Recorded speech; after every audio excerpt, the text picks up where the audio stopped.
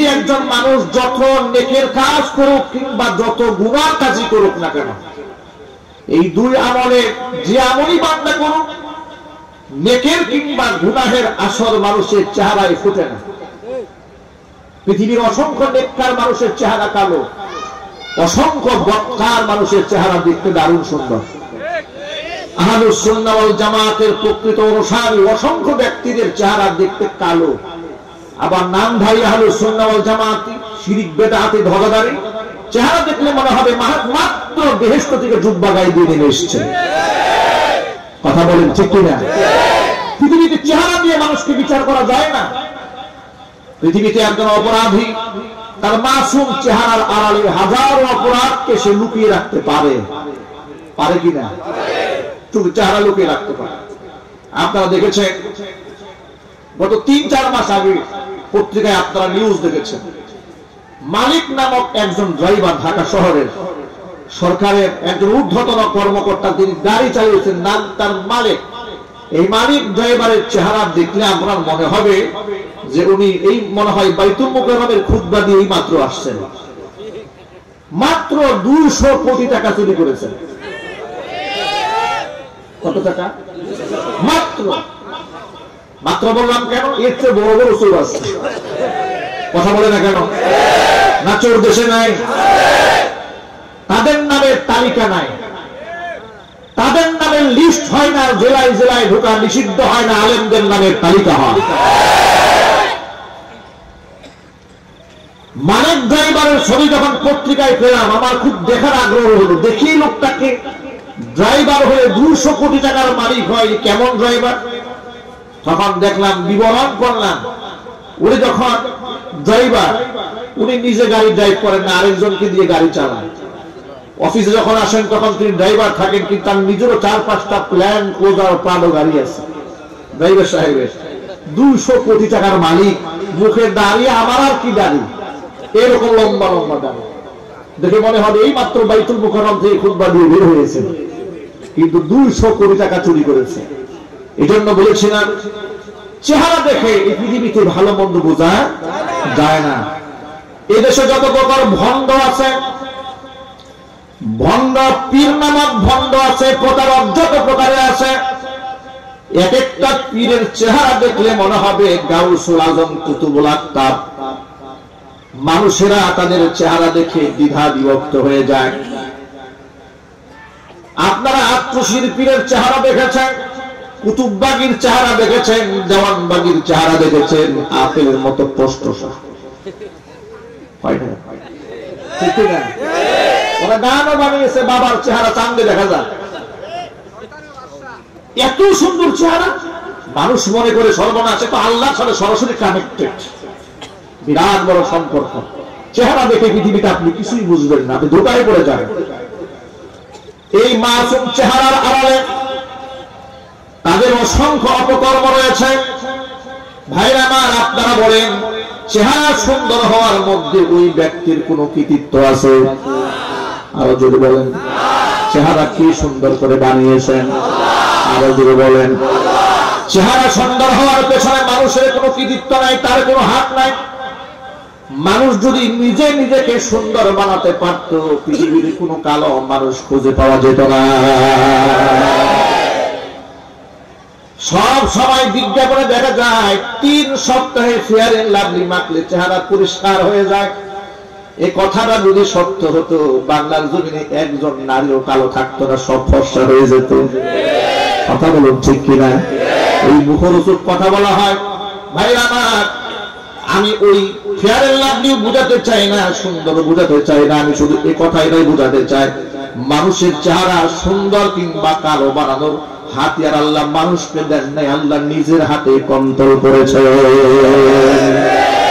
কোরআন মাজিদের সূরা রুমের মধ্যে আল্লাহ পাক বলেন, আমিন আয়াতিহি খালকুস সামাওয়াতি ওয়াল আরদি ওয়া ইখতিলাফু আলসিনাতিকুম ওয়া আলওয়ানিকুম ইন্না ফি যালিকা লাআয়াতিন লিল আলিমিন। আমি আল্লাহর নিদর্শনের মধ্যে একটা নিদর্শন, আসমান জমিনের সৃষ্টি। এই বিশাল জমিন আমার সৃষ্টি, আসমান আমার সৃষ্টি, খুঁটিবিহীন এই বিশাল আসমান কে সৃষ্টি করেছেন যদি বলেন? আল্লাহ পাক বলেন এটা আমার কুদরতের নিদর্শন। খালকুস সামাওয়াতি ওয়াল আরদ ওয়া ইখতিলাফু আলসিনাতিকুম, তোমাদের ভাষার যে বৈচিত্র্যময়তা, এক একজনে এক এক ভাষায় তোমরা কথা বলো। নোয়াখালীর মানুষ এক ভাষায় কথা বলে, ঢাকার মানুষ আরেক ভাষায় কথা বলে, বরিশালের মানুষ আরেক ভাষায় কথা বলে, ঠিক কি না?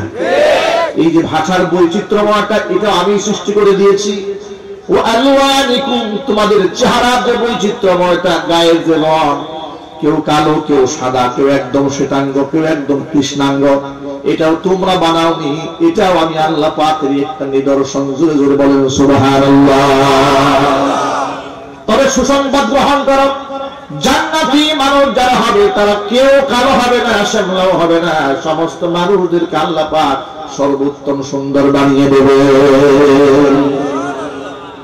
এই পৃথিবীতে এই সুন্দর চেহারার আড়ালে মানুষ অসংখ্য অপকর্ম করে। চেহারা পোশাক দিয়ে, ভদ্রতা দিয়ে, লেভাস দিয়ে মানুষের সাথে প্রতারণা করতে পারে, ধোঁকাবাজি করতে পারে, কিন্তু কিয়ামতের ময়দানে নিজের অপকর্ম চেহারা দিয়ে ঢেকে রাখা যাবে না। এই কথাটাই কোরআন মাজিদে আল্লাহ পাক বলেন, ইউরাফুল মুজরিমুনা বিসিমাহুম ফায়ুখাযু বিন-নাওয়াসি ওয়াল আকদাম। কিয়ামতে যখন মানুষ আমার সামনে উঠবে, ইউরাফুল মুজরিমুনা বিসিমাহুম, আলামত দেখে চেনা যাবে এটা পাপিষ্ঠ, এটা গুনাহগার, এটা জান্নাতি, এটা জাহান্নামী।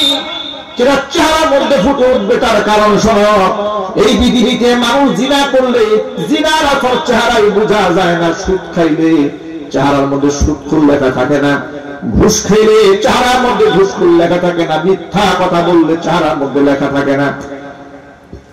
একাধিক বিবাহ করার পরে এক স্ত্রীকে বেশি মহব্বত করে আরেকজনকে খবর রাখে না, চেহারা দেখলে মনে হয় এর চেয়ে ভদ্র কারো সমাজে নাই। এভাবে নিজের সুন্দর চেহারা দিয়ে, ফিটনেস দিয়ে পুষ্পাস করে, দামি দামি পোশাক পরে নিজের অপকর্ম তুমি জমিনের মধ্যে ঢেকে রাখতে পারো, কিন্তু মনে রেখো তোমার প্রত্যেকটা গুনাহকে কিয়ামতের ময়দানে তোমার চেহারার মধ্যে, তোমার দেহের মধ্যে ফুটায় তোলা হবে। জোরে জোরে বলেন নাউযুবিল্লাহ। লাঞ্ছিত অবস্থা হবে মানুষ সেদিন। ইউরাফুল মুজরিমুনা বিসীমাহুম ফায়ুখাযু বিন-নাওয়াসি ওয়াল আকদাম, পাপিষ্ঠদেরকে ধরা হবে একটা একটা করে, এদের চুলের মাথার অগ্রভাগে, চুলের মুষ্টির মধ্যে ধরা হবে আর কদমে ধরা হবে। এভাবে মানুষকে ফেরেশতারা জাহান্নামের মধ্যে নিক্ষেপ করবে। হাদিস শরীফের মধ্যে এসেছে, পৃথিবীতে যারা জিনা করবে, অবৈধ মেলামেশা যারা করবে, কিয়ামতের মাঠে ওই জিনাকার পুরুষের চেহারার মধ্যে যে নারীর সাথে অপকর্ম করেছে, সেই নারীর যৌনাঙ্গের বিভৎস ছাপ আল্লাহ ওর চেহারার মধ্যে ফুটায় তুলবে। নাউযুবিল্লাহি মিন যালিক।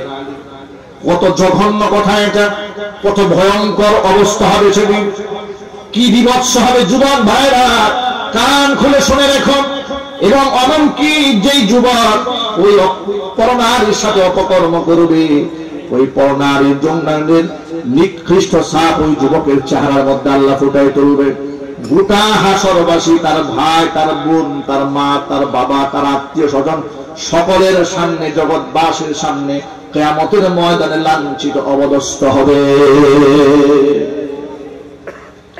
শুধু তাই নয়, পৃথিবীতে যারা সুদ খায়, কিয়ামতের মাঠে মাজনুন অবস্থায় হাসরের মাঠে দাঁড়াবে। কোরআন মাজিদের মধ্যে আল্লাহ পাক বলে দিয়েছেন, আল্লাযীনা ইয়াকুলুনার রিবা লা ইয়াকুমুনা ইল্লা কামা ইয়াকুমুল্লাযী ইয়াতাখাব্বাতুহুশ শাইতানু মিনাল মাস যালিকা বিআন্নাহুম ক্বালু ইন্নামাল বাই'উ মিসলুর রিবা وأحل الله البيع وحرم الربا فمن جاءه موعظة من ربه فانتهى فله ما سلف وأمره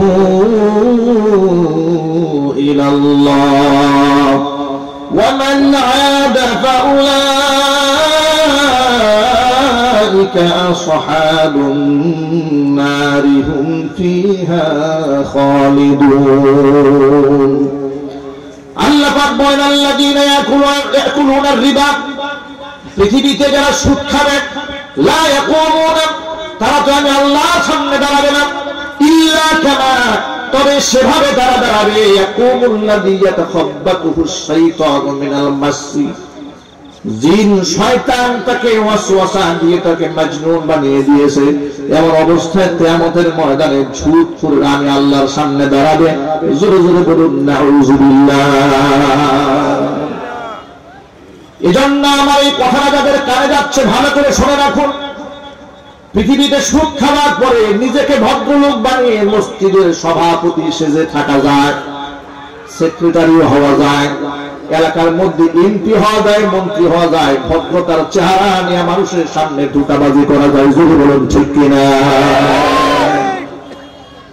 হাজারো অপকর্ম করার পর নির্বাচন যখন আসে নামের মধ্যে স্লোগান দেওয়া হয় অমুক ভাইয়ের চরিত্র ফুলের মতো পবিত্র কথা কয় না আছে না নাই যার চরিত্র ফুলের মতো পবিত্র নামাজ পড়ে না এক ওয়াক্ত নামাজের ধারে কাছেও নাই মসজিদের ধারে কাছেও নাই আর চরিত্রের বালায় যদি দেখা যায় তাহলে চরিত্র এত নিকৃষ্ট বুড়া হয়ে গেছে তারপরেও শয়তানি নেশা বন্ধ হয় না বিভিন্ন সময় জাতির সামনে এদের অপকর্মের ভিডিও ফ্লাশ হয়ে যায় কথা বলতে হবে ময়মনসিংহের জনৈক নেতা যার অপকর্মের ভিডিও ক্লিপ জাতির কাছে এসেছে বুড়া হয়ে গিয়েছে কিন্তু এই জন্য শিক্ষা সিলেবাসের মধ্যে তাদেরই সমর্থনে এই কথা লিখে দেওয়া হয়েছে ছেলে মেয়ে একসাথে লেখাপড়া করতে গিয়া উভয়ে সম্মতিক্রমে যদি যৌন অনুভূতি সৃষ্টি হয় এটা দোষের কিছু নয় নাউজুবিল্লাহ রাষ্ট্র বলে আনুষ্কা নামক একজন মেয়ে বয়ফ্রেন্ড দ্বারা নির্যাতিত হয়ে যখন দুনিয়া থেকে নির্মম ভাবে বিদায় হয়েছে লানতের মালা গলায় দিয়ে অভিশপ্ত হয়ে যখন সে জমিন থেকে বিদায় হলো গোটা দেশ দেশের প্রশাসন দেশের সরকার প্রধান দেশের নেতা দেশের মিডিয়া কর্মী তাদের প্রভাব নড়েছে পুলিশ প্রধান বললেন সন্তান দেখে রাখতে পারেন না জন্ম দেন কেন আমি তার এই কথাকে অবমূল্যায়ন করছি না আমি শুধু বলতে চাচ্ছি আমি আমার সন্তানকে দেখে রাখলাম গুছিয়ে রাখলাম আপনার প্রতিষ্ঠানে দেওয়ার পর আপনি শিখাই দিলেন উভয়ের সম্মতিক্রমে যৌন মিলন করলে এটা দোষের কিছু নয় তাহলে তো আমি আমার সন্তান দেখে রাখতে পারবো না আমি যে বেড়া দিয়েছিলাম শিক্ষাঙ্গনে বেড়াই তো আমার খেত খাওয়া শুরু করেছে আমরা মাহফিল করে বেড়াচ্ছি আপনারা জানেন না এই দেশটা নিয়ে কত বড় চক্রান্ত চলছে শিক্ষাঙ্গন থেকে ধীরে ধীরে ধীরে ধীরে ধর্মীয় সাবজেক্ট মুছে ফেলা হচ্ছে শিক্ষা হচ্ছে জাতির মেরুদণ্ড এটা যদি স্কুল কলেজ ইউনিভার্সিটিতে ধর্ম যদি না থাকে তাহলে ছেলেরা কি হবে আমাকে পরকালে জবাবদিহিতা করতে হবে জিনা করলে আল্লাহর আদালতে আসামি হতে হবে মিথ্যা কথা বললে একটা গুনাহ করলে ৭০০০ বছর জাহান্নামের আগুনে পুড়তে হবে আমাকে মিজান আছে ফুলসিরাত আছে আলামে বারজাক আছে এই সব শব্দগুলো আমাকে শেখানো হলো না আমি জন্মের পর থেকে ইসলাম সম্পর্কে কোরআন সম্পর্কে ধর্ম সম্পর্কে কিচ্ছু জানলাম না মাদ্রাসায় পড়লাম না স্কুলে পড়লাম যে শিক্ষকগুলো দেওয়া হলো দেশে দেশে ধর্মীয় শিক্ষক তাদেরকে নিয়োগ দেওয়া হলো যারা আলিফ বা তাসা জানে না যদি বলতে হবে বিশ্বাস করেন গত 2 সপ্তাহ আগে ভোলা থেকে আমার এক মুহিদ্দিন ভক্ত অনুরক্ত ইউনিভার্সিটি থেকে অনার্স মাস্টার্স কমপ্লিট করার পরে গভর্নমেন্ট চাকরির জন্য বিভিন্ন জায়গায় অ্যাপ্লাই করেছে তিনি বলেন আমি ধর্মীয় শিক্ষক নিয়োগ হবে আমি সেখানে নাম লেখালাম ভাইবাতে ধর্ম সম্পর্কে আমাকে একটা প্রশ্নও করা হলো না নিয়োগ দেওয়া হচ্ছে ধর্মীয় শিক্ষক কিন্তু সেখানে ধর্ম সম্পর্কে একটা প্রশ্নও নাই যত প্রশ্ন আছে ইংরেজি অঙ্ক ভূগোল সমাজ বিজ্ঞান অথচ সাবজেক্ট হলো তার ধর্ম সাবজেক্ট কি? ধর্ম। প্রশ্ন করে অঙ্ক পারে কিনা, ইংরেজি জানে কিনা? ভাই আমার, একটা লোক যদি বাংলা, অঙ্ক, ইংরেজি সব জানে, ধর্ম না জানে, সে কি ধর্মীয় টিচার হওয়ার যোগ্যতা রাখে? সবাইকে জোরে বলতে হবে, ধর্মীয় টিচার হওয়ার যোগ্যতা রাখে? যার কারণে সমস্ত তথাকথিত শিক্ষিত নামক আবু জেহেল এবং মূর্খরা আলেমদেরকে তাদের ইলম সম্পর্কে, তাদের জ্ঞান সম্পর্কে প্রশ্ন আরোপ করে, যা আপনাদেরকে পিটিয়ে পিটিয়ে আলেম বানানো হয়েছে, আর আমি ঘরে বসে আলিফ বা তা শিখে গেছি, আমার চেয়ে বড় মুসলমান হয়েছ। এই কথাটা তথাকথিত এক শিক্ষিত নেতা বাংলাদেশে বলেছে। এই শিক্ষিত নামক মূর্খ, শিক্ষিত নামক জাহেল, কোরআন সুন্নাহ সম্পর্কে ন্যূনতম যদি জ্ঞান থাকতো, আলেমদের ব্যাপারে তুচ্ছতা ছিন্নপূর্ণ শব্দ তার জবান ছেড়ে দেওয়া হতো না।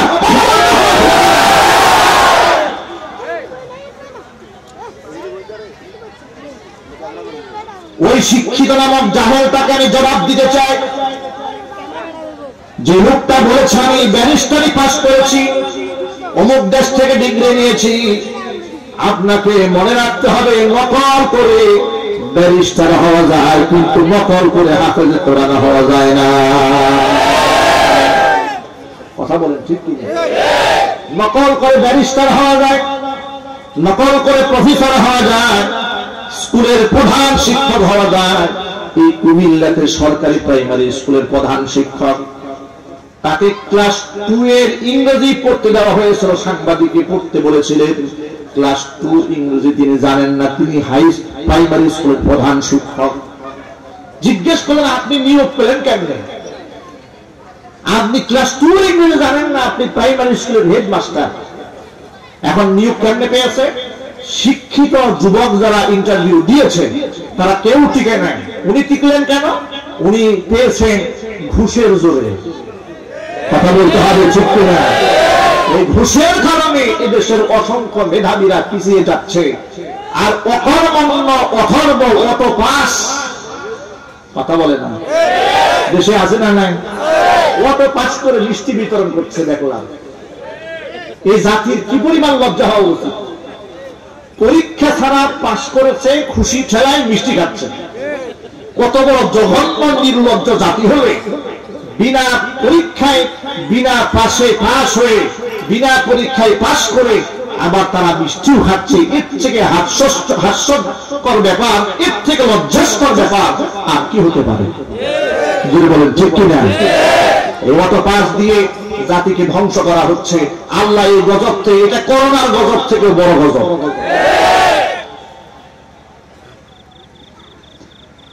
ধর্মীয় শিক্ষার কথাই বলতেছিলাম। ধর্ম যদি আমার সন্তান না শেখে তাহলে কি হবে শোনেন। ছেলে বড় ডিগ্রিধারী হয়ে যাবে, ডক্টর হয়ে যাবে, কিন্তু বাবা মাকে শ্রদ্ধা করবে না। আপনারা হয়তো আমাকে একটা এখন বাইপাস প্রশ্ন করতে পারেন, হুজুর কেন ডাক্তার নাকি বাপ মাকে শ্রদ্ধা করে না? এই প্রশ্নের জবাব হচ্ছে, যে ডাক্তার বাপ মাকে শ্রদ্ধা করে তার শিক্ষা, সে যে শিক্ষায় শিক্ষিত হয়েছে, এই শ্রদ্ধা, এই শিক্ষা তাকে বাবা মার প্রতি শ্রদ্ধাশীল বানায় নাই। ভালো করে তাকে খোঁজ খবর নিয়ে দেখেন, বাবা মার প্রতি সে শ্রদ্ধাশীল হয়েছে, হয়তো কোনো আলেমের সাথে তার ভালো সম্পর্ক আছে। কারণ তার সিলেবাসে বাবা মাকে শ্রদ্ধা করার একটা শব্দ। বাংলা একটা বই আমার সামনে নিয়ে আসেন, মাস্টার্সের বই নিয়ে আসেন, কোন বইয়ের মধ্যে লেখা আছে বাবা মার সেবা করলে জান্নাত পাবে? কোন বইয়ে লেখা আছে? কি মাস্টার্সের বই আছে? বাংলা বই আছে, ভূগোলে আছে, সমাজে আছে, বিজ্ঞানে আছে। আছে কোথায়? কথা বলে না। আছে কোথায়? এলাকা আছে কোরআন, এলাকা আছে রসুলের হাদিসে। যে ডাক্তার বাবা মাকে ডাক্তার হওয়ার পরে সম্মান করছে, আপনি বুঝে নেবেন এই ডাক্তার তার পাঠ্যসূচি থেকে এই ইলম অর্জন করে নাই। হয়তো মসজিদে কোনো আলেমের বয়ান শুনেছে, না হয় কোনো আলেমের সান্নিধ্য গ্রহণ করেছে, না হয় তার বাবা কোনো আলেমের সান্নিধ্যে বয়ান শুনে তার বাবা তাকে শিক্ষায় শিক্ষিত বানিয়েছে। পারিবারিক সূত্রে সে যে বাবা মার সাথে আচরণ করছে, তার বাবা এই সিলেবাস থেকে শিখে নাই, তার বাবা শিখেছে আলেমদের কাছ থেকে। জোরে বলুন ঠিক কিনা?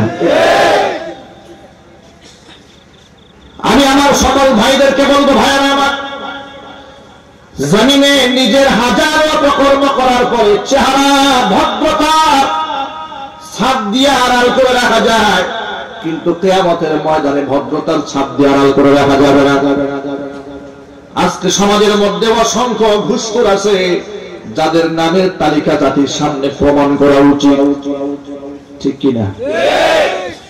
আলেমদের নামের তালিকা না করে আমি বহুবার ইদানিং যে মাহফিল গুলার মধ্যে যাই, জাতিকে প্রকাশ্যে আমি সেই কথাটাই বলি, 19 জন আলেমের নামের তালিকা করা হয়েছে। অমুক জেলায় তারা বয়ান করতে পারবে না, অমুক জেলায় তারা ঢুকতে পারবে না। আমি আপনাদের সর্বদলের লোকের এখানে আছেন, এটা আওয়ামী লীগ, বিএনপি, জামাত জাতীয় পার্টির কোন মাসআলা নয়। মাসআলা হচ্ছে দ্বীনের প্রচার এবং প্রসারের মাসআলা। আপনারা মেহেরবানি করে একবারকে জবাব দিয়ে বলেন, কোরআনের প্রচার, কোরআনের প্রসারের জমিনে হোক, এটা কি আপনারা চান না? কারা কারা চান? মাশাআল্লাহ।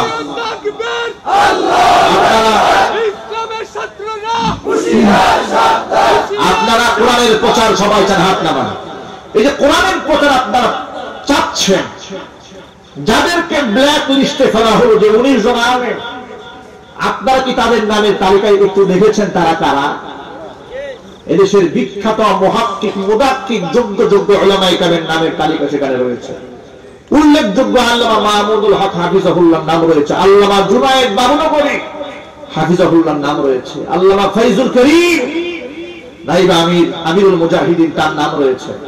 এই উল্লেখযোগ্য 3 জন সিংহ পুরুষ, আপনারা বলুন, আল্লামা জুনায়েদ বাবুনগরী, আল্লামা মামুনুল হক, আল্লামা মুফতি ফাইজুল করিম, তারা কি বাংলাদেশের ব্ল্যাক লিস্টে থাকার মতো আলেম?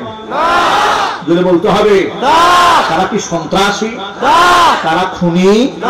তারা ডাকাত, মাস্তান, মানুষ হত্যা করেছে, দেশের সম্পদ লুটপাট করে বিদেশে পাড়ি জমিয়েছে, সিঙ্গাপুরে বাড়ি বানিয়েছে, মালয়েশিয়াতে ফ্ল্যাট কিনেছে, সুইস ব্যাংকে অ্যাকাউন্ট করেছে, আমেরিকাতে শহর বানিয়েছে? না, এগুলো তারা কিচ্ছু করেনি। কোন অপরাধে, কোন পাপে তাদের জবানকে আপনি এত ভয় পান? তাদেরকে ব্ল্যাক লিস্টে ফেলে? আপনাদের মনে রাখা উচিত, যারা আলেমদেরকে ব্ল্যাক লিস্টে ফেলছেন, আল্লাহ সুবহানাহু ওয়া তাআলা তাদেরকে রেড লিস্টে ফেলে দিচ্ছেন।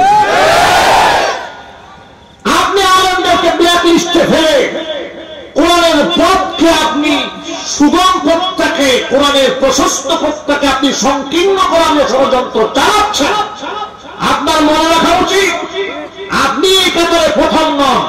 কোরআনের আওয়াজকে বন্ধ করার জন্য প্রথম কাতারে ছিল আবু জাহেল। কথা জুড়ে বলতে হবে, প্রথম কাতার ছিল উতবা, শাইবা, ওয়ালিদ ইবনুল মুগীরা। আল্লাহর গজবে, আল্লাহ সুবহানাহু ওয়া তাআলা লাঞ্ছনা, গঞ্জনার মা দিয়ে এদেরকে ধিক্কৃত, নিন্দিত বানিয়ে জমিন থেকে বিদায় করেছে। ইসলাম বন্ধ হয়নি। অতএব কোরআনের আওয়াজ ছিল, কোরআনের আওয়াজ আছে, এই কোরআনের আওয়াজ থাকবে। শুধুমাত্র তারাই থাকবে না, জুতার বাড়ি খেয়ে তারা বিদায় হবে। কোরআনের আওয়াজ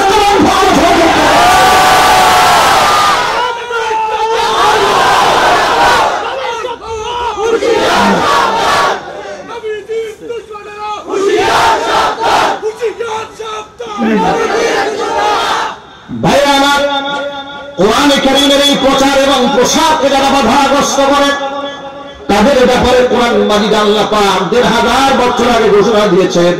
আল্লাহ কথাটা একটুখানি শোনেন। ভাইরা আমার, আপনারা এক বাক্যে জবাব দিয়ে বলেন, আল্লাহ কি মিথ্যা কথা বলেন? অযৌক্তিক কথা বলেন? অবাঞ্ছিত কথাবার্তা বলেন? সূরা নাহলের মধ্যে আল্লাহ পাক বলেন, আল্লাযীনা কাফারু ওয়া সাদ্দু আন সাবিলিল্লাহি জিদনাহুম আযাবান ফাওকাল আযাবি বিমা কানু ইউফসিদুন। যারা আমার আয়াত অস্বীকার করেন, ওয়াসাদ্দু আন সাবিলিল্লাহ, আমি আল্লাহর রাস্তা থেকে মানুষদেরকে বাধা প্রদান করে, ওই সমস্ত মুফসিদ, ওই সমস্ত ফাসাদ সৃষ্টিকারী ব্যক্তিদেরকে জিদনাহুম আযাবান ফাওকাল আযাব, শাস্তির উপরে শাস্তি আমি আল্লাহ বৃদ্ধি করে দেব। তাদের অপরাধটা কি? বিমা কানু ইউফসিদুন, কারণ জমিনের মধ্যে তারা বিশৃঙ্খলা সৃষ্টি করেছে। কোরআনের কথা যারা বলে তারা বিশৃঙ্খলা সৃষ্টিকারী নয়। কোরআনের মাহফিলে যারা বাধা দেয়, আল্লাহ সুবহানাহু ওয়া তাআলা তাদেরকে বিশৃঙ্খলা সৃষ্টিকারী বলেছেন। কথা কোন ঠিক কিনা? এই জন্য বিশৃঙ্খলা সৃষ্টিকারী যদি সমাজের মধ্যে 5 জন দাঁড়াতে পারে, ওদেরকে ঠিক করার জন্য আমরা 5000 দাঁড়িয়ে যাব। রাজি আছেন? আমি মাঝে মাঝে আফসোস করে কথা বলেছি, হাজার হাজার মানুষের সামনে একজন মানুষ স্টেজে দাঁড়িয়ে একজন আলেমকে বাধা দেওয়ার সাহস ওরা পায় কোত্থেকে? এই সাহসটা ওদেরকে দিয়েছে কে? ওদের তো ওরা তো ভুলে গিয়েছে না মুসলমানদের দেশ, ওরা কাফেরদের দেশ মনে করেছে। আপনারা আমার প্রশ্নের জবাব দিয়ে বলে, এটা কি বামপন্থীদের দেশ, রামদমদের দেশ, নাস্তিক মুরতাদদের দেশ, শাহজালাল, শাহবাজ, শাহ মাহমুদ সহ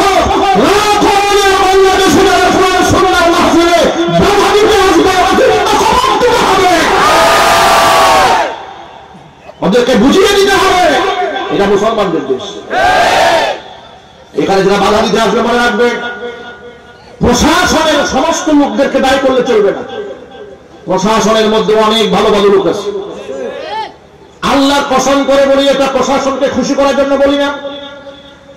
বিভিন্ন মাহফিল থেকে স্টেজ থেকে নামার পরে প্রশাসনের লোকেরা হাত ধরে চোখের পানি সেরে কেঁদে দিয়া বলে, হুজুর আমাদেরকে বদদুয়া দিয়েন না। আপনারা অনলাইন ইউটিউবে একটা আলোচনা দেখেছেন, নেত্রকোনার লক্ষ লক্ষ মানুষের ভিড়ে দিনের বেলা আমরা আলোচনা করেছিলাম। স্টেজ থেকে নামার সময় বেশ কিছু পুলিশ প্রশাসন আমাদেরকে ঘিরে ধরে, মুসাফাহা করে নিজেরা শেল্টার দিয়ে গাড়িতে উঠায় দেয় আর বলে, হুজুর আল্লাহর কসম করে বলে আমাদেরকে বদদুয়া দিয়েন না। আমরাও মুসলমান, আমরাও এদেশে ইসলাম চাই। আমরা আলেমদের দুশ্মনদের, কোরআনের দুশ্মনে আমাদেরকে শত্রু বানায় দিয়েন না, আমরা শত্রু নই।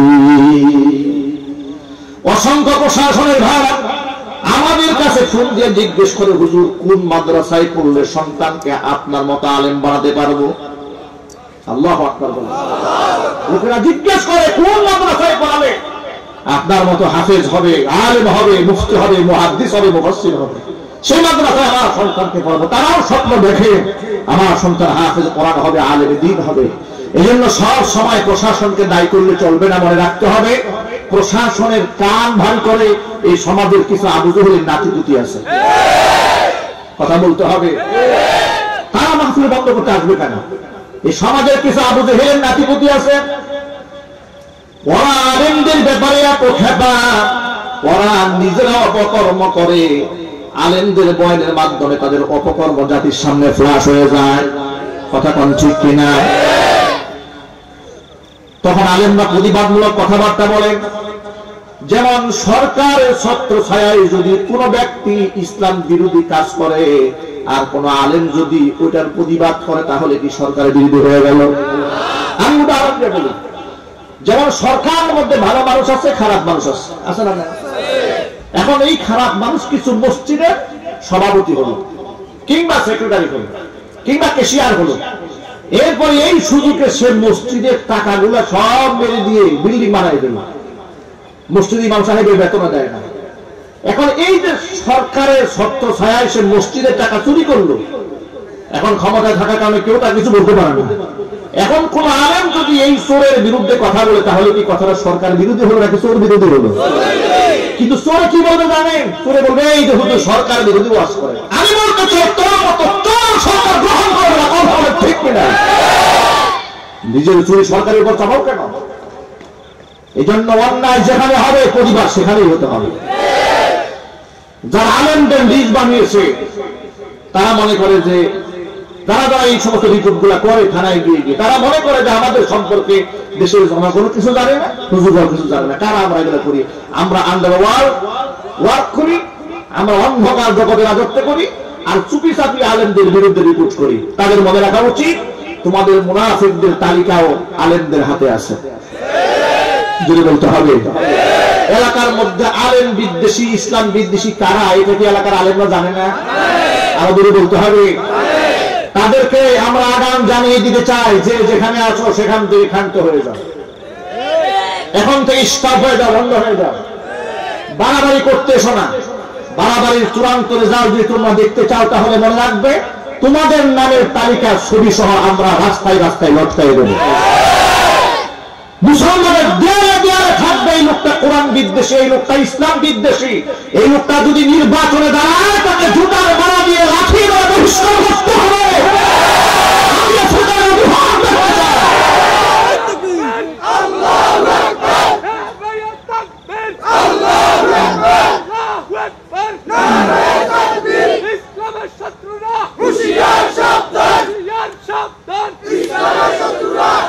আমার যুবক ভাইরা, এজন্য আমি আরেকটু অ্যাডভান্স করে একটা কথা বলতে চাই।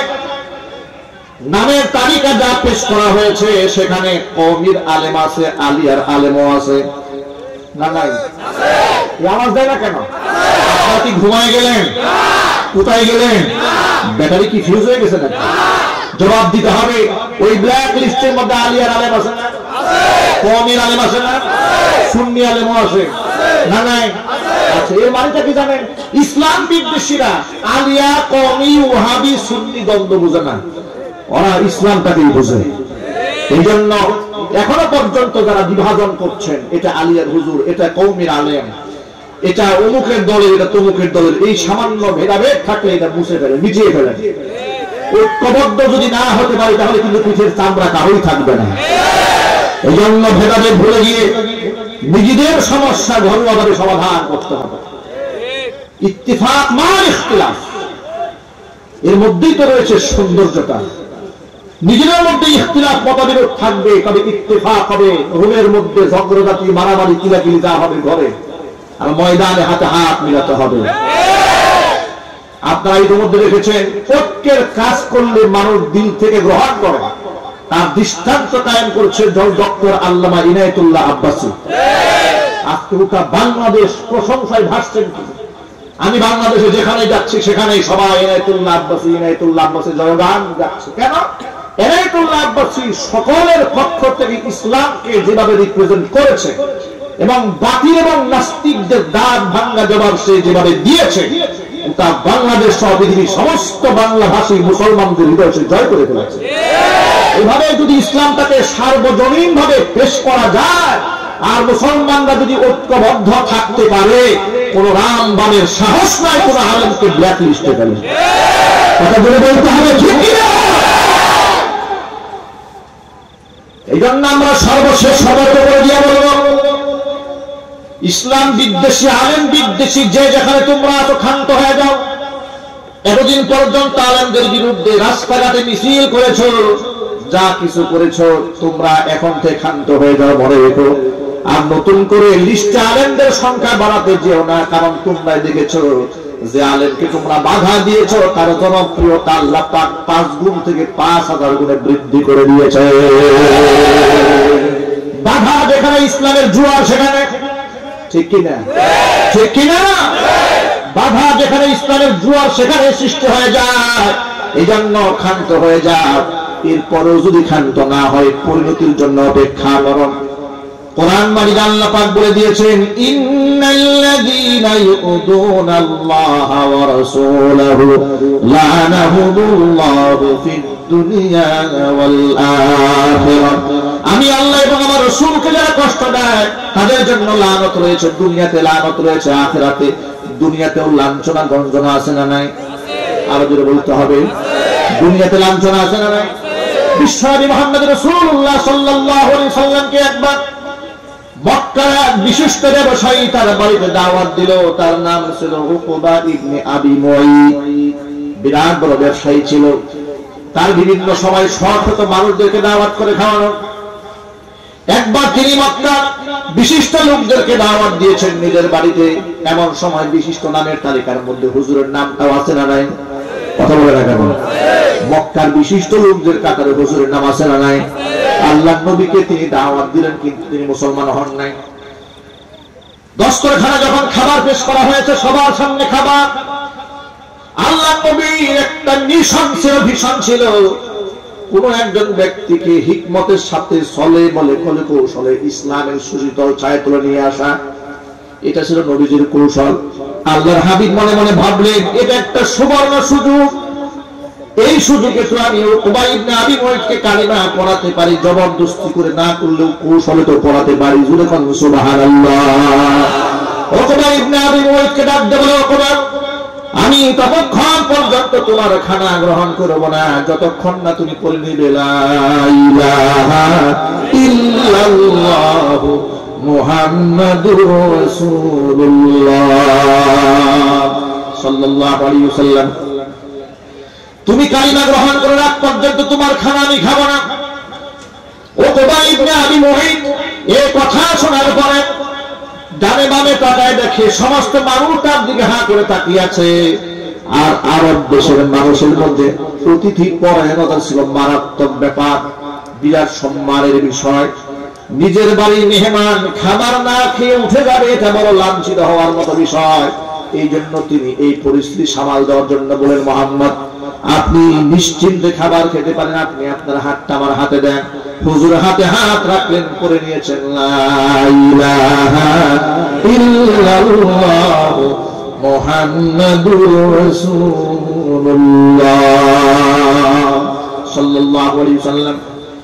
উকবা যখন কালিমা পড়ে মুসলমান হয়ে গেল, আল্লাহর নবী খুশি হয়ে গেলেন, খাবার গ্রহণ করলেন। চতুর্দিকে এই কথাটা স্ফুলিঙ্গের মতো ছড়িয়ে পড়ল যে উকবা ইবনে আবি মুআইত মক্কার বিশিষ্ট কুখ্যাত কাফের, কালিমা পড়ে মুসলমান হয়েছে। এই উকবা ইবনে আবি মুআইতের এক কুখ্যাত কাফের বন্ধু ছিল, তার নাম ছিল উবাই ইবনে খালফ। উবাই ইবনে খালফ ছিল রাসূল বিদ্বেষী, ইসলাম বিদ্বেষী চরম পর্যায়ে। তার কানে যখন আওয়াজ গেল তার দুষ্ট উকবা ইবনে আবি মুআইত কালিমা পড়ে মুসলমান হয়েছে, দুষ্টের প্রতি রাগ হয়ে গেল, গুসা হয়ে গেল। উকবার সাথে দেখা হওয়া মাত্র বলল, উকবা আমি শুনতে পেলাম তুমি নাকি বাপ দাদা ধর্ম ছেড়ে দিয়া মুহাম্মাদের কালিমা গ্রহণ করে মুসলমান হয়েছো। উকবা বলল, দোস্ত শোনো, আমি পরিস্থিতি সামাল দেওয়ার জন্য পড়েছি, কিন্তু মন থেকে পড়ি নাই, তুমি মনে কষ্ট নিও না। উবাই ইবনে খালফ বলেন, এই সমস্ত সান্ত্বনামূলক কথা শুনে আমার দিলকে তুমি ঠান্ডা করতে পারবা না। যদি আমার বন্ধুত্ব টিকায় রাখতে চাও, আমার সাথে সম্পর্ক যদি ঠিক রাখতে চাও, যে মুহাম্মাদের হাতে হাত রেখে কালিমা পড়ে মুসলমান হয়েছে, ওই মুহাম্মাদের মুখের মধ্যে থুতু মেরে দিয়ে আসতে হবে। কুলাঙ্গার বন্ধু প্রস্তাব দিয়েছে, বন্ধুত্ব যদি ঠিক রাখতে হয় মুহাম্মাদের মুখে গিয়া থুতু নিক্ষেপ করবে। জোরে জোরে বলেন নাউজুবিল্লাহ। উকবা ইবনে আবি মুআইত বন্ধুর কথা ঠিক রাখতে গিয়ে বন্ধুকে খুশি করার জন্য রাজি হয়ে গেল। ও বন্ধু, মনে কষ্ট নিও না, অবশ্যই আমি মুহাম্মাদের মুখে গিয়ে থুতু নিক্ষেপ করব।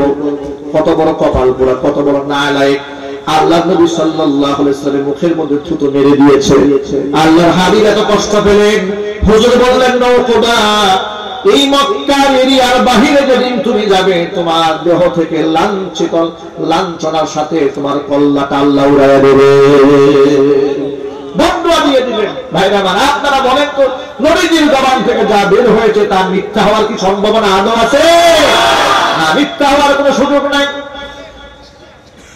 উকবা ইবনে আবি মুআইতের কালিমা গ্রহণ করে যেমন ছড়িয়ে পড়েছিল, নবীজির জবানে বদদুয়াটা চতুর্দিকে এখন ছড়িয়ে পড়েছে। আর উকবা হুজুরের কথাকে বিশ্বাস করেও নিয়েছে, কারণ জানে ইনি হচ্ছেন সেই ব্যক্তি যার জবান থেকে কোনোদিন মিথ্যা বের হয় না। এই জন্য উকবা কখনো বাড়ির বাহিরে যেত না, মক্কা এরিয়ার বাহিরে আর সে কোনোদিন যায় নাই। এভাবে চলতেছিল, বেশি দিন সময় লাগে না। আল্লাহর নবী সাল্লাল্লাহু আলাইহি ওয়াসাল্লাম হিজরত করে মদিনায় গেলেন। বদর যুদ্ধ যখন কায়েম হয়ে গেল, বদর যুদ্ধে মুসলমানদের সংখ্যা ছিল মাত্র 313 জন, কাফের বেঈমানদের সংখ্যা ছিল 1000 সশস্ত্র। ওরা চেয়েছিল মুসলমানদের সমূল উৎপাদন করে দিতে, মুহাম্মদ সাল্লাল্লাহু আলাইহি ওয়াসাল্লামকে জমিন থেকে বিদায় করে দেবে। এই উকবাও ওই বদর প্রান্তে শামিল হওয়ার জন্য সবাই চাচ্ছিল, কিন্তু উকবা শামিল হতে চায় নাই, যে না, আমি মক্কার বাহিরে যাব না, কারণ মুহাম্মাদের জবান থেকে বের হয়েছে, যেদিন আমি মক্কার এরিয়ার বাহিরে যাব সেদিন আমার দেহ থেকে আমার কল্লাটা আলাদা হয়ে যাবে। এলাকার লোকেরা বলল, উকবা তুমি অযথা ভয় পাচ্ছ, আমরা হলাম 1000 সশস্ত্র, মুসলমানরা 313 জন নিরস্ত্র, ওরা তো নিশ্চিত পরাজিত হবে আর আমরা নিশ্চিত বিজয় লাভ করবো। আর তোমার আমাদের ক্ষেত্রে তুমি একদম বীর পুরুষ হয়ে মুহাম্মাদের সেই করে ধরে বসে আছো, বলে না আমার ভয় হচ্ছে, কারণ মুহাম্মাদের জবান থেকে যা বের হয় সেটা সত্য হয়। আল্লাহু আকবার জোরে বলতে ইচ্ছে করো না? একটা কাফের হয়ে হুজুরের কথার প্রতি এমন বিশ্বাস, আর আজকাল সমাজের অনেক মুসলমানের রাসূলের কথার উপর বিশ্বাস নাই। নামধারী আশেক আছে না নাই? চিল্লায় বলে। নবীজি তার জবান থেকে বলেছে, মা আসফালা মিনাল কাবাইনি মিনাল ইজারি ফিন্নার, যেই পুরুষ টাকনুর নিচে কাপড় পরবে সে জাহান্নামে যাবে। রাসূল বললেন, হুজুর বললেন, যে পুরুষ টাকনুর নিচে কাপড় পরবে সে জাহান্নামে যাবে। এই কথা মুসলমানরা শুনে নাই, এমন মুসলমান কম আছে। তারপরে সমাজের অসংখ্য যুবকরা টাকনুর নিচে কাপড় পরে। ও যুবক যুবকেরা আমরা কি জাহান্নামী হব? কথা জোরে বলতে হবে, আমরা কি জাহান্নামী হব? আজকের পর থেকে কেউ টাকনুর নিচে কাপড়, প্যান্ট, পাজামা, লুঙ্গি ইচ্ছা করে পরবো না। রাজি আছেন ইনশাআল্লাহ? কারা কারা যখন হাত তুলে ওয়াদা করে আল্লাহ কবুল করতে করে আমিন। বস, হাত নামা। দাঁড়িয়ে পেশাব বিনা ওজোরে করবেন না। রাজি আছে? দাঁড়িয়ে পেশাব করা এটা নিয়ে একটা ফ্যাশনে পরিণত হয়েছে। মনে হয় সবার সামনে দাঁড়িয়ে পেশাব করলে নিজেকে একটু স্মার্ট বেশি মনে হয় নাকি? বিমানবন্দর আমি দেখেছি পাশাপাশি বসে পেশাব করার সুযোগ আছে, টয়লেট আছে। ইচ্ছা করলে বসে করা যায় আর ইচ্ছা করলে দাঁড়িয়েও করা যায়। প্যান্ট শার্ট পরা যতগুলো দেখি তারা কেউ বাথরুমে বসে পেশাব করতে চায় না, স্মার্টনেস দেখায় দাঁড়ায় দাঁড়ায় পেশাব করে। তারা মনে করে দাঁড়িয়ে পেশাব করে দাম বাড়ে, দাঁড়িয়ে পেশাব করে কুকুরে। কথা বলতে হবে, দাঁড়িয়ে পেশাব করার মধ্যে যদি স্মার্টনেস থাকে তাহলে তোমার চেয়ে বেশি স্মার্ট কুকুর। কথা জোরে বলতে হবে। কুকুরের একটা শরম আছে, ওর একটা ভদ্রতা আছে। কুকুর দেখবেন পেশাব করার সময় পা একটা উঁচা করে দেয়। আচ্ছা, ও তো পা নিচা করে দিলেও পারে, ঠিক কিনা? কিন্তু কুকুরেও জানে এই যে পেশাবটা গায়ে লাগাটা উচিত হবে না, যদিও এর কোনো ব্যবহার করার অভ্যাস নাই। কথা বলতে হবে, ঠিক কিনা? পা একটা উঁচা করে দিয়েছে, এটা গায়ে লাগা যাবে না। আর এই মুসলমান আশরাফুল মাখলুকাত, সৃষ্টির সেরা, দাঁড়িয়ে পেশাব করে দুয়াও নাই মুসাও নাই, চিন্তা লাগায় আল্লাহ দৌড় দিয়েছে। রাস্তায় ইমাম সাহেবের সাথে দেখা হয়েছে, বাবা আজান হয়েছে, চলো একটু নামাজ পড়তে। হুজুর আপনি জান আমার প্যান্টটা ভালো না। এই কথা বলে কিনা? কেন আপনার প্যান্ট খারাপ হলো কেন? কি করেছেন আপনি? কোন কাম করে আপনার প্যান্ট নষ্ট হয়েছে? আপনি যখন শিশু বাচ্চা ছিলেন আপনার মা আপনাকে নাপাক কাপড়ে রাখে নাই।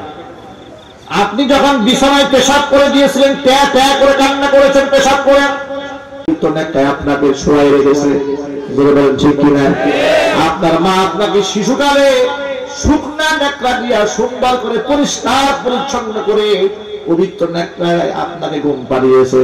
আর আপনি আজকে ইউনিভার্সিটির লেখাপড়া করে বিশ্ববিদ্যালয়ের শিক্ষিত হওয়ার পরে আপনি দাঁড়িয়ে দাঁড়িয়ে পেশাব করেন, গায়ের মধ্যে নাপাক লেগে যায়, আপনি খবর রাখেন না।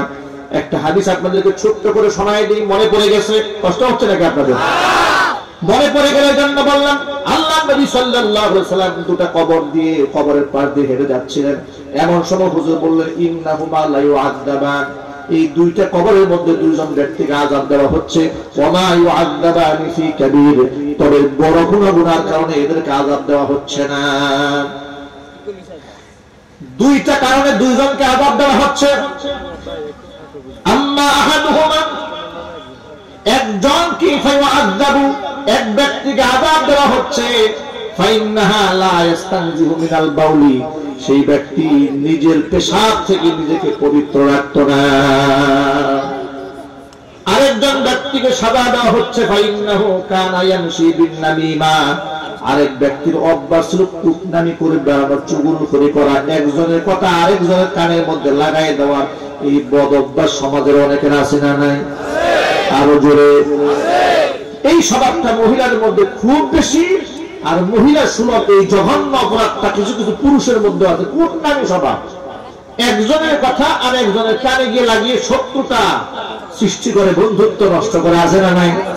এই বদ অভ্যাস যাদের আছে, আজকে থেকে তওবা করেন যে আমি আর কোনদিন মানুষের বদনাম করে বেরোবো না। আল্লাহ যেন তৌফিক দান করেন। কোনদিন নিজেকে পেশাবের সাথে জড়িয়ে রাখবো না। এই পেশাবের ব্যাপারে আমি সতর্ক থাকবো। আমরা বলি ইনশাআল্লাহ। এই দুই পাপের কারণে কবরে আযাব হচ্ছে বলে মুহাম্মদ সাল্লাল্লাহু আলাইহি সাল্লাম বলেছেন, এটা বিশুদ্ধ হাদিস দ্বারা বর্ণিত। এই কথা শোনার পরেও যে মুসলমান সন্দেহ করবে তার ঈমান থাকবে? আর যদি বলতে ঈমান থাকবে, কাফেররা বিশ্বাস করতে মুহাম্মদের জবান থেকে যা বের হয়েছে তার সবটা সত্য। আর এই মুসলমান এক কথা এক কান দিয়ে শুনে আরেক কান দিয়ে বের করে দেয়, কথা বিশ্বাস করতে চায় না। যুবকের হাজার যুক্তি দেয় একটা ইসলামের কথা বললে, হাজার যুক্তি দাঁড় করায় যদি বলি ভাই মুখের দাড়িটা রেখে দেন, দাড়ি রাখার পেছনে কতগুলো বিশুদ্ধ হাদিস রয়েছে। আউফুল্লুহা ওয়া আউফুল্লুহা, এভাবে হাদিসের মধ্যে বিভিন্ন ভাষায় বর্ণনা রয়েছে। আল্লাহ নবী সরাসরি ফোর্স করেছেন। আর আজকাল যুবকরা কি বলে শোনেন, যুক্তি কাকে বলে? আপনারা আছেন দাড়ি টুপি দিয়ে করে বসেন, এদিকে ইসলাম শেষ হয়ে যাচ্ছে, খবর নেই আপনারা দাড়ি টুপি নিয়ে পড়ে আছেন। আমার প্রশ্ন জায়গা, আপনি কি নিয়ে পড়ে আছেন? কথা বলেন ঠিক কি না? আমি না হয় দাড়ি টুপি জুব্বা নিয়ে পড়ে আছেন, আপনি কি নিয়ে পড়ে আছেন? আপনি ইহুদি এবং খ্রিস্টানদের কালচার নিয়ে পড়ে আছেন। কথা বলেন ঠিক কি না? আপনি কি নিয়ে পড়ে আছেন? মুসলমানদের মনে রাখা উচিত, মুসলমানের জীবনের চেয়ে সুন্নাহর গুরুত্ব বেশি দেওয়া উচিত। আমার জীবন যাবে সুন্নাহর খেলাফ চলবো না, না পোশাকে, না আমলে, না আখলাকে, না তাসবিহ তাহলিল, না তাহাজ্জুদে। কথা বলেন ঠিক কি না? রাসূল পুরো সুন্নাহকে খারাপ করে দেখবে না, ঈমান বরবাদ হয়ে যাবে। দাড়িকে তুচ্ছ তাচ্ছিল্য যে ব্যক্তি করবে সে মুরতাদ হবে। মনে রাখবেন, দাড়ি না রাখা এক জিনিস, আর দাড়িকে তুচ্ছ করা আরেক জিনিস। না রাখলে ফাসিক হবে, আর তুচ্ছ করলে কাফের হবে, মুরতাদ হবে। এখানে স্টেজ ভরা বড় বড় আলেমরা রয়েছেন, মুফতি সাহেবরা রয়েছেন। আমি একটা করে ইসলামের মূল ব্যাখ্যা করলে সাথে সাথে লুকমা দেওয়ার যোগ্যতা আমাকে পড়াতে পারেন, এবং বহু মুফতি সাহেবরা স্টেজে আছেন। আমি সকলকে সাক্ষী রেখে বলছি, দাড়ি যদি না রাখে এতে কবিরা গুনাহ হবে, ফাসিক হবে। আর দাড়িকে যদি কেউ তুচ্ছ তাচ্ছিল্য করে, ব্যঙ্গ করে, যদি বলে আবু জেহেলের দাড়ি ছিল, উতবা সাহেবের দাড়ি ছিল, এরপরে রবীন্দ্রনাথ ঠাকুরের দাঁড়িয়েছিল, এই ধরনের কথা বলে দাড়িকে তারা হিট করবে, তারা মুরতাদ হবে, বেঈমান হবে, কাফের হবে, নতুন করে কালিমা করে তওবা করে মুসলমান হতে হবে।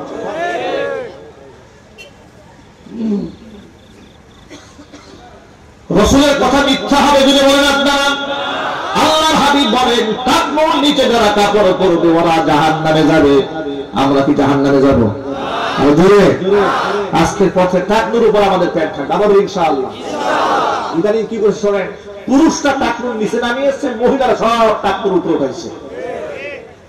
ফ্যাশন এটা আস্তে আস্তে উপরে উঠতেছে, কোন পর্যন্ত উঠবে একমাত্র আল্লাহ তাআলা কেউ জানে না। কয়েকদিন আগে ফ্লাইটে সিলেটে আমাদের প্রোগ্রাম ছিল, সিলেটে।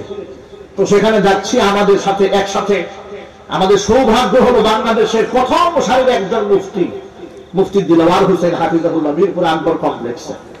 হুজুর আমাদের সাথে একই ফ্লাইটে। আমি হুজুরের ব্যাগ বহন করলাম, আমি নিজেকে গর্বিত মনে করলাম, অত্যন্ত খুশি হলাম। হুজুর আমার হাতে ব্যাগ দেবে না। আমি বললাম, হুজুর আমাদের ব্যাগ টানে শত মানুষ, আর আপনার ব্যাগ আমি টেনে আমি নিজেকে ধন্য মনে করছি। আমি তার ব্যাগটা হাতে নিই না, একটু খেদমত করা শুরু করলাম। বাসে যখন বসেছি, ফ্লাইটে ওঠার আগে বিমানে বাসে নিয়ে যায় না, বাসে বসার সাথে সাথে হুজুরের সামনে, আমার সামনে এমন এক বিশ্রী উলঙ্গ মহিলা বসেছে। আমি লজ্জায় একদম, মানে কোন দিকে যাবো, কি হুজুরের দিকে তাকায় থাকবো না বাহিরে চলে যাবো, নিচে পাচ্ছি না। আমি মনে মনে ভাবলাম যাক, তাহলে আমাদের মতো লোকদের মতো ব্যক্তির সামনে শুধু এরকম বেপরদা মহিলা আসে না, অত্যন্ত বুজুর্গদের সামনে এরকম জাহান্নামীরা আসে। কথা কন ঠিক কিনা? এই বুজুর্গের সামনে সে এত বিশ্রী অবস্থা, এমন ভয়াবহ অবস্থা যে ওদিকে চোখ মিলে তাকারও কোনো সুযোগ নেই। আমার জানতে ইচ্ছা করে এরা কেমন মায়ের সন্তান, এদের কি বাবা মা নাই, এদের কোনো গার্জিয়ান নাই, এদের কোনো ভাই নাই, এরা যে দেহ প্রদর্শন করে রাস্তাঘাটে চলে, এদের কি কন্ট্রোল করার মতো কোনো পরিবার ব্যবস্থা নাই? আর এই পরিবার ব্যবস্থার কথা আমরা বলি, এই জন্য তথাকথিত বুদ্ধিজীবীরা আমাদেরকে নারী বিদ্বেষী বলে। বলেন ঠিক না? আলেমরা কি নারী বিদ্বেষী? বড় আলেমরা নারীদের প্রতি যে শ্রদ্ধা ব্যক্ত করেছে, তাদের সম্মানের কথা বলেছে, তাদের অধিকারের কথা বলেছে, বাংলার জমিনে কিংবা পৃথিবীর কোন জায়গায় কোন বুদ্ধিজীবী নারীদের এত অধিকারের কথা মুখে উচ্চারণ করে না। অজুবান ভাইরা, তাহলে মেসেজ গ্রহণ করেন, মহিলারা টাকনুর নিচে পড়বে, ছাড়া তার শরীর আর নিসা ও আওরাতুন কুল্লুহা, গোটা দেহটাকে তার পর্দা পুরোটাই ঢেকে রাখতে হবে। আর পুরুষ যারা টাকনুর উপরে প্যান্ট পরবেন, না পরলে কবিরা গুনাহ হবে। এর মধ্যে বৈজ্ঞানিক ফায়দাও রয়েছে, আমি সেটা বলতে চাই না। বৈজ্ঞানিক ফায়দার মাধ্যমে নবীর সুন্নাহকে যাচাই করা যাবে না, শুধুমাত্র লিতাতমাইন্না কুলুবুকুম, অন্তরে প্রশান্তির জন্য। আরেকটা কথা বলে দিই, বিজ্ঞানীরা বলেছেন যে পুরুষ টাকনুর উপরে কাপড় পরে তার হরমোন জনিত ভাবে তার সে শক্তিশালী হয়, শারীরিক সক্ষমতা বেড়ে যায়। আর যে ব্যক্তি টাকনুর নিচে কাপড় পরে তার শারীরিক দুর্বলতার সৃষ্টি হয়ে যায়। যুবক ভাইরা, বিজ্ঞান কি বললো না বললো সেটা মূল বিষয় নয়, মূল বিষয় হচ্ছে আমার রাসূল কি বলেছেন। বিজ্ঞানের তথ্য ভুল হতে পারে, আমার রাসূলের কথায় কি ভুল হওয়ার কোনো সম্ভাবনা আছে? এজন্য আজকের পর থেকে টাকার উপরে কাপড় থাকবে তো ইনশাআল্লাহ। আল্লাহ যেন কবুল করেন, জোরে বলেন আমিন। উকবা ইবনে আবু মুঈত বলে আমি বদরে যাব না। মুহাম্মাদের জবান থেকে বের হয়েছে মক্কার এরিয়ার বাহিরে গেলে আমার কল্লা উড়ে যাবে। এলাকার লোকেরা বলছে তুমি খামোখাময় ভয় পাচ্ছ, যদি কোনো কারণে আমাদের পরাজয় ঘটেও যায়, তোমার তো একটা লাল উট আছে, দ্রুতগামী উট, দৌড়ায় তুমি তোমার নিজের বাড়িতে পাড়ায় আসবে, তাহলে তোমাকে তার মুসলমানরা ধরতেই পারবে না। এভাবে তাকে সান্ত্বনা দিয়ে নিজের ঘর থেকে বের করে বদর প্রান্তে নিয়ে গেছে। কপাল খারাপ, আল্লাহর হাবিব সাল্লাল্লাহু আলাইহি ওয়াসাল্লাম বদর যুদ্ধে যখন কাফিরদের শোচনীয় পরাজয় ঘটে, ওই লোকটা উকবা ইবনে আবি মুঈত নিজের লাল উটের পিঠে সওয়ার হয়ে বাড়িতে পালিয়ে যাওয়ার জন্য রওনা হয়েছে, কিন্তু নিজের বাড়ির রাস্তা নিজে ভুলে গেছে। হযরত আলী কাররামাল্লাহু ওয়াজহাকে দায়িত্ব দিলেন, যাবের কল্লাটা নিয়ে আসা আমার সামনে। আলী রাদিয়াল্লাহু তাআলা হুজুরের সামনে উকবা ইবনে আবি মুঈতের মাথাটা উপহার দিলেন। আল্লাহু আকবার বলুন। ভাইরা আমার, এখানে ঘটনা শেষ নয়। একদিক থেকে দুনিয়াতে লাঞ্ছিত হয়ে জাহান্নামের টিকিট নিয়ে জাহান্নামে গেল, পরকালে কি হবে শোনেন। কোরআন মাজিদ আল্লাহ পাক বলছেন, এই ব্যক্তির ব্যাপারে কোরআন মাজিদ আয়াত নাযিল করেছেন, কিন্তু আয়াতের হুকুমটা আম। ব্যক্তির ব্যাপারে নাযিল হয়েছে খাস, কিন্তু হুকুমটা আম। দুনিয়াতে বন্ধুর কারণে আমাদের কি অবস্থা হবে শোনেন। وَيَوْمَ يَعَضُّ الظَّالِمُ عَلَى يَدَيْهِ يَقُولُ يَا لَيْتَنِي اتَّخَذْتُ مَعَ الرَّسُولِ سَبِيلًا يَا وَيْلَتَى لَيْتَنِي لَمْ أَتَّخِذْ فُلَانًا خَلِيلًا لَقَدْ أَضَلَّنِي عَنِ الذِّكْرِ بَعْدَ إِذْ جَاءَنِي وَكَانَ الشَّيْطَانُ لِلْإِنسَانِ خَذُولًا। কিয়ামতের মাঠে এই জালেম নিজের হাত নিজে কামড়াবে আর বলবে, আরে আমি যদি মুহাম্মদ সাল্লাল্লাহু আলাইহি ওয়াসাল্লামের সাথেই চলতাম, আমার এই জালেম দুষ্টকে যদি বন্ধু আমি না বানাতাম, আমি যদি মুহাম্মদ সাল্লাল্লাহু আলাইহি ওয়াসাল্লামের রাস্তায় চলতাম, লাকাদ আদাল্লানি আন যিকরি বাদা ইয জাআনি, আমার কাছে হেদায়েত আসার পরে এই লোকটা আমাকে গোমরা বানিয়ে দিয়েছে। মানে আমি কালিমা পড়েই ফেলেছিলাম, জান্নাতের পথে আমি হাঁটতেই শুরু করেছিলাম, এই লোকটা আমাকে কালিমা ছাড়া করেছে। কপাল আমার কত খারাপ, নিজের হাত নিজে কামড়াবে। এখান থেকে গোটা উম্মতের জন্য শিক্ষা আছে না নাই? কথা বলে না কেন? শিক্ষা আছে না নাই? আমি আপনি কার সাথে উঠা বসা করছি সেটা এখন থেকে চূড়ান্ত ফয়সালা করতে হবে। আলেমদের বিরুদ্ধে রাজপথে যারা মিছিল করে আছে না নাই? বড় বাবু বলে গালি দেয়, আলেমদেরকে তুচ্ছ তাচ্ছিল্য করে কথা বলে, তাদের সাথে সম্পর্কের জেরে অনেক লোকেরা না বুঝে আলেমদের সমালোচনা করে, তাদের মিছিলে গিয়ে শামিল হয়, আলেমদেরকে তুচ্ছ তাচ্ছিল্য করে। সাবধান হয়ে যান। উকবা ইবনে আবি মুঈত তার দুষ্টের কথায় যেমন জাহান্নামী হয়েছে, লাঞ্ছিত হয়েছে, আজকেও আলেম বিদ্বেষী ব্যক্তিদের কপালে যেমন জুতার বাড়ি পড়বে, তাদের সঙ্গ দেওয়ার কারণে তুমিও জুতার বাড়ি থেকে মুক্ত থাকবে না। বেইজ্জত হবে দুনিয়াতে, লাঞ্ছিত হবে তুমি আখিরাতে। এইজন্য আমার ভাইরা, পৃথিবীতে হাজারো অপকর্ম করলেও চেহারার মধ্যে পাপ ফোটে না, কিন্তু কিয়ামতের মাঠে পাপিষ্ঠদের চেহারা দেখে বোঝা যাবে এই লোকটা কোন পাপ করেছে। আল্লাহ পাক আমাদের চেহারাকে কিয়ামতের মাঠে যেন জমিনের মধ্যে, পৃথিবীতে যেভাবে আল্লাহ পাক সম্মানিত ভাবে রেখেছেন, হাসরের মাঠেও যেন রাখেন। জোরে কোন আমিন। কোরআন মাজিদ আল্লাহ পাক বলেছেন, ইয়াউমা তাবিয়াদ্দু ওয়ুজুহুম ওয়া তাসওয়াদ্দু ওয়ুজুহ ফাআম্মাল্লাযীনা আসওয়াদ্দাত ওয়ুজুহুহুম আকাফারতুম বা'দা ঈমানিকুম ফাযূকুল আযাবা বিমা কুনতুম তাকফুরুন। কিয়ামতের মাঠে অনেক মানুষের চেহারা থাকবে সুন্দর হাস্যোজ্জ্বল, আবার অনেক মানুষের চেহারা হবে কুৎসিত বর্ণ কালো। আল্লাহ পাক যেন আমাদের সকলের চেহারা কিয়ামতের মাঠে হাস্যোজ্জ্বল বানায় দেন। জোরে করা আমিন। কিয়ামতের মাঠে আমরা কি চেহারা নুরানি রাখতে চাই? জোরে বলেন চাই? 5 ওয়াক্ত নামাজ যেন কাজা না হয়, আমাদের যেন 5 ওয়াক্ত নামাজ আদায় হয়। ওযুর ব্যাপারে আপনার যত্নবান হবে। যে শীতের রাতে ওযু করতে গেলে বেখিয়ালে আমরা ওযু করি, ঠান্ডা পানি দিয়ে ওযু করার সময় এখানে একটু ভিজে তো ভিজে না, এরকম হয় কিনা? মনে রাখবেন, ওযুর পানি দেহের অঙ্গে যতটুকু স্পর্শ করে কিয়ামতের মাঠে ততটুকু হাসরের মাঠে হুজুরের সামনে নূর দ্বারা চমকাবে। আরো জোরে বলেন সুবহানাল্লাহ। আবু হুরায়রা রাদিয়াল্লাহু তাআলা আনহু ওযু করার সময় হাত ধুতে ধুতে বুগল পর্যন্ত ধুয়ে ফেলতেন। সাহাবায়ে কেরাম জিজ্ঞেস করে ওযু করতে হয় কোন পর্যন্ত, আপনি যখন বুগল পর্যন্ত, কারণটা কি? বলে আমি হুজুরের মুখে শুনেছি হুজুর পানি যতটুকু জায়গায় স্পর্শ করে ততটুকু হুজুর কিয়ামতের মাঠে নূর দ্বারা চমকাতে দেখবেন। আমি চাই রাসূল আমাকে বুগল পর্যন্ত চমকাইতে দেখো। আল্লাহু আকবার বলে কতটা বিশ্বাস, কতটা আস্থা, কতটা মহব্বত, কতটা ভালোবাসা রাসূলের কথার প্রতি একজন সাহাবায়ে কেরামের ছিল। একজন সাহাবীর কতটা বিশ্বাস ছিল হুজুরের কথার উপরে, আর আমাদের বিশ্বাস কোথায় চলে গেছে। এই জন্য আমি সকল ভাইদেরকে আহ্বান জানাচ্ছি, ভাইরা আমার, আসুন আমরা হুজুরের কথার প্রতি পূর্ণ আস্থাশীল হই। আল্লাহ পাক আমাদের চেহারাকেও হাসরের ময়দানে নূরান্বিত বানায় দিল। জোরে কোন আমিন। প্রিয় ভাইরা, আপনাদের জন্য একটি সুসংবাদ রয়েছে। দেশ এবং বিদেশের অসংখ্য ভাইরা বোনেরা আমার কাছে বিভিন্ন সময় বিভিন্ন ব্যাপারে প্রশ্ন করেন। কোরআন, সুন্নাহ এবং ফিকহের কিতাবের রেফারেন্স সহ আমি এই কিতাবটা রচনা করার চেষ্টা করেছি। আল্লাহ সুবহানাহু ওয়া তাআলা উম্মার হিদায়াতের জন্য কিতাবটি কবুল করেন। মাত্র 100 টাকা করে কপি স্টেজে বইগুলো আছে। মুনাজাত হয়ে যাওয়ার পরে আপনারা এখান থেকে সংগ্রহ করতে পারবেন। গাড়িতে কিছু বই আছে, যদি আপনাদের মনে চায় মা বোনদেরকে হাদিয়া দেওয়ার জন্য আপনারা সংগ্রহ করতে পারেন। আল্লাহ রাব্বুল আলামিন উম্মার জন্য, হিদায়াতের জন্য আল্লাহ পাক কিতাবটি কবুল করুন। জোরে বলেন আমিন। বসে যান, এখনই মুনাজাত হবে ভাইরা, উঠা বসা করবেন না, বসে যান।